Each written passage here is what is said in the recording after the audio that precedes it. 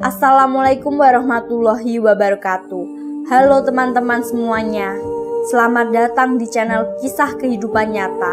Semoga teman-teman semuanya dalam keadaan baik-baik saja dan tetap dalam lindungan Allah Subhanahu wa Ta'ala. Jika teman-teman berkenan membantu channel kami, bisa dengan cara subscribe dan tekan tombol lonceng kalian. Terima kasih. Aku dan suamiku adalah relawan kemanusiaan di salah satu kota di Sumatera. Kami memiliki satu rumah yang kami hibahkan untuk menjadi rumah singgah lansia. Semua kami danai sendiri dari kantong kami pribadi, namun terkadang ada beberapa dermawan yang dengan ikhlas memberikan donasi. Rumah singgah lansia ini kami peruntukkan untuk para lansia terlantar di sekitar kota kami. Saat ini ada 2 lansia di rumah singgah kami, yaitu Kakek Anwar dan Kakek Yusuf. Kakek Anwar waktu itu kami temukan di sebuah kolong jembatan dengan tubuh yang lemas, karena sudah berhari-hari tidak makan. Sedangkan Kakek Yusuf kami temukan di sebuah ruas jalan. Sang kakek berjalan jauh dengan bantuan tongkat dan tidak tahu arah tujuannya mau kemana, karena Kakek Yusuf dibuang di sebuah terminal dan ditinggalkan begitu saja oleh anaknya. Hati kami terketuk untuk menjadi relawan kemanusiaan dan membangun sebuah rumah singgah lansia. Ketika bertemu dengan Kakek Yusuf, hati kami seperti teriris melihat orang tua terlunta-lunta di jalanan tanpa arah tujuan, tidak tahu harus meminta tolong kepada siapa.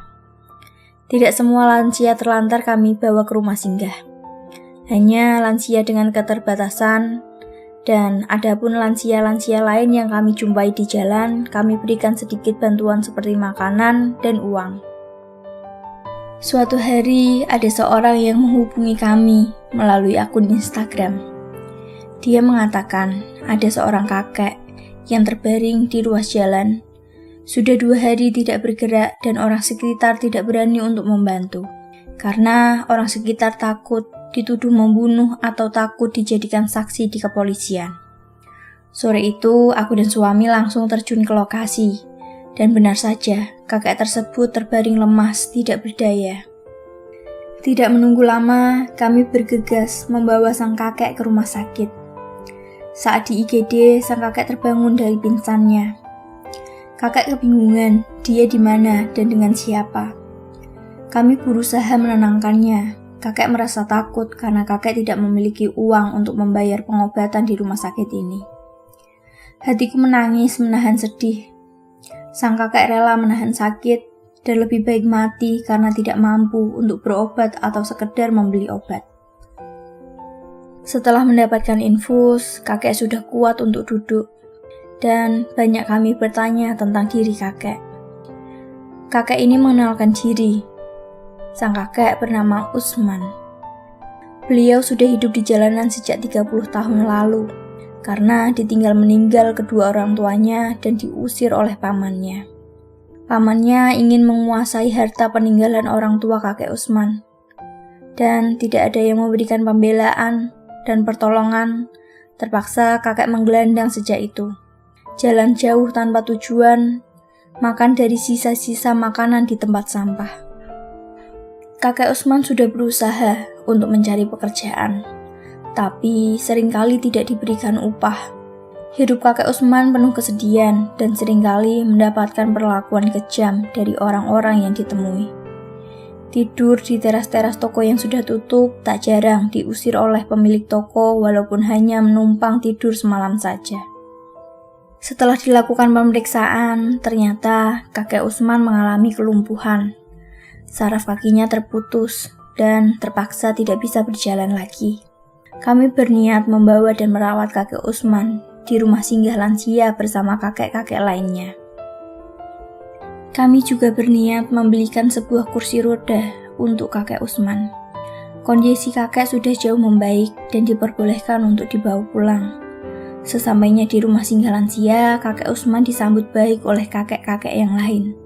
Kakek Usman benar-benar sudah lumpuh, setiap hari menggunakan pempes untuk buang air besar dan buang air kecil. Dengan ikhlas kami merawat kakek dengan sepenuh hati. Kami selalu bekerja sama dengan kakek-kakek lain yang ada di rumah singgah. Baru 3 hari di rumah singgah, kondisi kakek Usman tiba-tiba memburuk dan kami tidak sempat membawanya ke rumah sakit. Kakek Usman sudah menghembuskan nafas terakhirnya. Aku merasa sedih kenapa baru dipertemukan dengan kakek Usman saat kondisinya sudah sangat memburuk. Mungkin jika dipertemukan lebih cepat, kakek Usman akan bertahan lebih lama lagi. Walau baru bertemu beberapa hari saja, kepergian kakek Usman memberikan kesedihan yang benar-benar mendalam. Membayangkan kehidupan kakek Usman yang penuh dengan kesedihan dan meninggal tanpa keluarga dan saudara.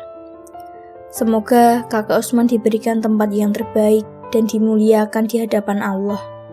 Sepanjang aku dan suami menjadi relawan kemanusiaan, banyak sekali hikmah yang kami terima, utamanya tentang rasa syukur. Mereka yang penuh kekurangan dan keterbatasan, tapi mereka lebih pandai untuk menerima dengan ikhlas atas takdir yang diberikan oleh Allah. Mereka lebih pandai bersyukur dibandingkan manusia seperti aku, yang seringkali lupa untuk mensyukuri semua nikmat yang telah Allah berikan, dan seringkali mengeluh kekurangan. Padahal jika diresapi, apa yang sudah dipunya jauh dari kata cukup. Aku berharap aku dan suami diberikan umur yang lebih panjang, agar masih bisa membantu lebih banyak orang lagi. Aku dan suami insya Allah akan mendedikasikan hidup kami untuk sesama.